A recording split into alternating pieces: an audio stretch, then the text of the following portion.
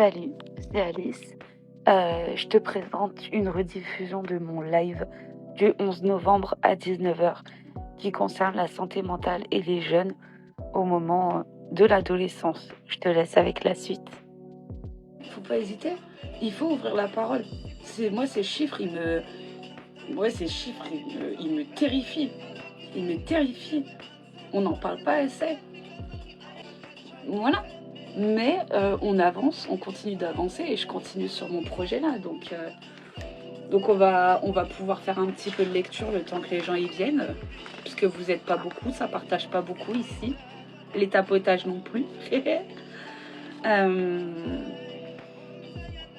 Alors, qu'est-ce que la santé mentale? On a longtemps pensé que la santé était l'absence de maladie.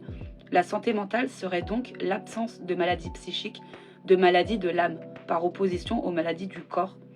L'Organisation mondiale de la santé a donné de la santé une définition plus positive et plus exigeante.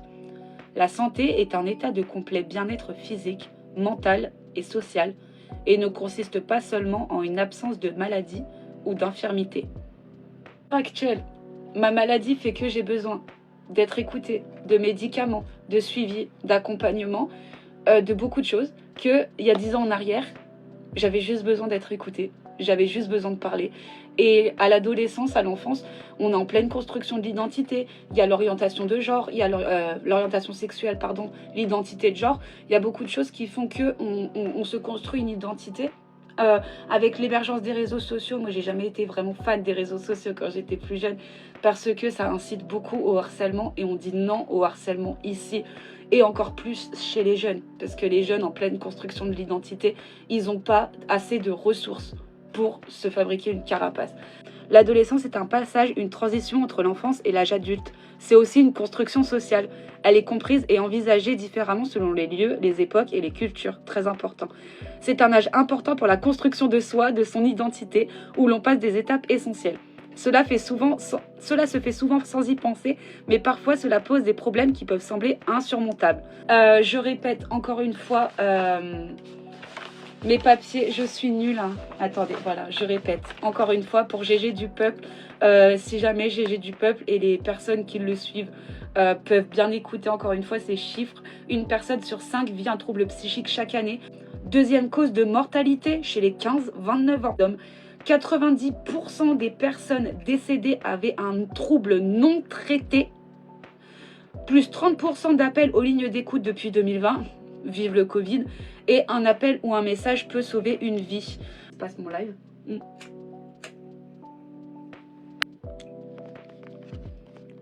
Tous les facteurs sociaux, environnementaux que peut vivre, je sais pas trop comment l'expliquer, un jeune, ça peut beaucoup affecter sa santé mentale. Au niveau de la parentalité, je pourrais pas forcément vous aider là-dessus. Par contre, ce que je peux faire, c'est que si jamais vous avez des soucis au niveau de votre famille, vous pouvez en parler au collège, au lycée, même à l'école si ça vient de plus en plus tôt. Essayez de parler aux adultes qui vous surveillent, qui vous entourent pendant vos études. C'est pas facile à admettre au collège, au lycée, etc. Mais essayez de voir des adultes. Et avec le harcèlement, avec tout ce qu'on voit dans les publicités, avec l'identité, avec le corps, la silhouette, etc.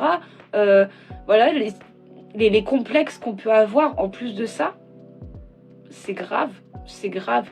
Il faut pas hésiter à en parler. Vraiment, encore une fois, s'il y a des enfants autour de vous, si vous avez des enfants, des jeunes que vous côtoyez régulièrement, il faut pas hésiter à ouvrir la discussion. La journée, ça allait pas. Quand on est jeune, pareil, on construit une identité. Et quand on construit une identité, on construit sa personnalité. On construit ses sautes d'humeur. On construit son humeur fixe, entre guillemets. Et tout peut dépendre des personnes. Encore une fois, là, dans les chiffres d'avant, il y en a 30% qui se sentent irritables. Non, il y a 30% qui se déclarent nerveux plus d'une fois par semaine. Bon, des lieux spécialement pour les jeunes existent. Ils sont gratuits et confidentiels.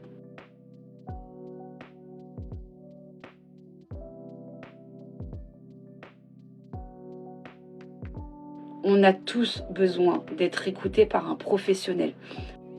Et je finis cette vidéo comme ça parce que faire un montage de rediffusion de live, c'est très compliqué pour moi. On peut vous écouter. Vous n'hésitez pas du tout.